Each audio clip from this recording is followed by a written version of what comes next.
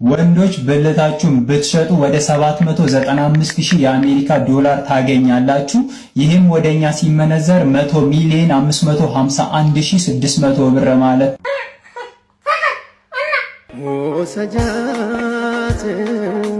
መጠጣት አይፈቀድም።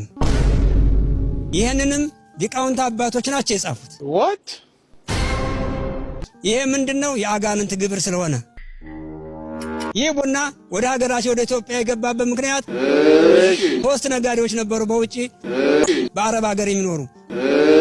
እነዛ ሶስት ነጋዴዎች አንዱ ቡኑ፣ አንዱ አቦል፣ አንዱ ረጃ፣ አንዱ ቶና ተብለው ይጠሩ ነበር።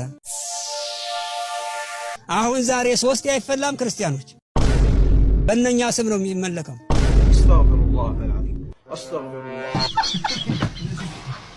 ገንዘብ ደስታ ሊገዛ አይችልም። ምን አይነት ሰው ነሽ? እንዴት ነው ገንዘብ ደስታን የማይገዛው? ህሊና የለሽም እንዴ አንቺ? እንዴት ነው ገንዘብ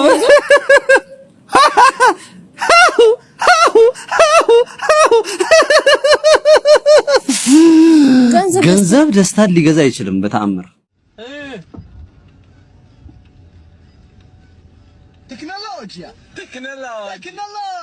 ውድ የቲክቶክ ፋሚሊዎቼ እነሆ ማይደርስ የለም ቀኑ ደርሶ ፐርፊውም ቤታችን ተከፍቷል።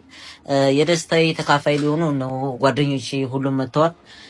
በዚህ የደስታዬ ቀን ሁላችሁም ከጎኔ እንድትሆኑ ሰፖርት እንድታደርጉ ነገ እጠብቃችኋለሁ። ሁላችሁንም እባካችሁ አትንፉ። አረ ጨረሳችሁ? አረ አልጨረስኩም። እና ሲቀጥል ደግሞ ይሄንን ሽቶ ቤት እንደዚህ ከፍቶ ሰርፕራይዝ ያደረገኝ ወንድም አለም ጋሽ አብደላ ማለት እሱ ነው። እና አድራሻችን ጋራ ድንጻ ላይ ወሎ ሰፈር ይገኛል። በአካል መምጣት የማትችሉ ደግሞ ሱቂ አፕሊኬሽን ላይ በመግባት አፕሊኬሽኑን ዳውንሎድ አድርጋችሁ የፈለጋችሁትን ሽቶ ኦርደር ማድረግ ትችላላችሁ። አመሰግናለሁ። እኔ ሰው እንዲወደኝ አልሞክርም። እኔ ነኝ። በዛ መንገድ ከወደድሽኝ ደስ ይለኛል። በእኔነቴ ከወደድሽኝ ካልሆነ ግን እኔ ፌክ በማረገው ነገር አንቺ እንድትወጂኝ በማረገው ነገር ውስጥ ግን ለተወሰነ ጊዜ ልትወጂኝ ትችላለሽ፣ ግን የሆነ ሰዓት ላይ ታውቂዋለሽ፣ ትክክለኛ ባህሪን ታውቂዋለሽ። ስለዚህ እኔ ፕሪቴንድ ማድረግ አልችልም በላይፍ ላይ ረጅም ጉዞ መጓዛል። ወንዶች የምስራች የሆነ አንድ ጥናት ይፋ ሆኗል። በርካታ ወንዶች እንደሚታወቀው መላጣ እንደሆኑ ይታወቃል። ታዲያ እነዚህን ሰዎች እፎይታ የሚሰጣቸው ይህ ጥናት እንደገለጸው ሆነም በሰውነታችን ውስጥ ያለው የሱካር መጠንም ጸጉራችን ተመልሶ እንዲበቅል የማድረግ አቅም አለው ይላል። ታዲያ ጸጉራችን ድጋሜ ሲበቅል በሰውነታችን ውስጥ ያለው የብለድ ቨዝልን በማነቃቃትም ከዚህ ባለፈም ደግሞ አዳዲስ ብለድ ቨዝሎች እንዲፈጠሩ በማድረግ እነዚህ ብለድ ቨዝሎች ደግሞ ጸጉር እንዲያድግ ያደርጋሉ የተባለ ሲሆን ይህ ጥናትም ታዲያ በአይጥ ላይ ተሞክሮ ውጤት ማምጣቱ ተሰምቷል። ሰላም፣ ደህና ነኝ። እዚህ አካባቢ ብዙ ጊዜ ያለው እዚህ ሰፈር ነው እንዴ? ኦኬ። አዎ እዚህ ሰፈር ነኝ። ኦኬ።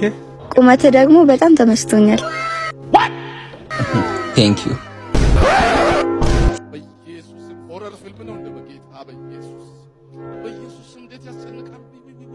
ብቸኛ ከሆንክ አብረን ብንሆን ደስ ይለኛል።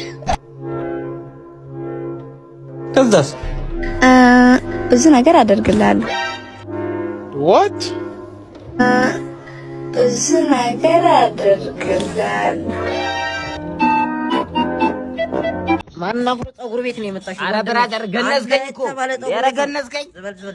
ምንድነው? እንዴት ነሽ? አንቺ የኔ ሙያ ነኝ የማውቀው። ባለፈው ሀገሬ ነው የእንግሊዝ ፕሪሚየር ሊግ ጋርናቸውን ቆርጬ መጥቻለሁ። አሁን ለራሱ ሮላንዶ ደውሎ ወረፋ ሲቷል።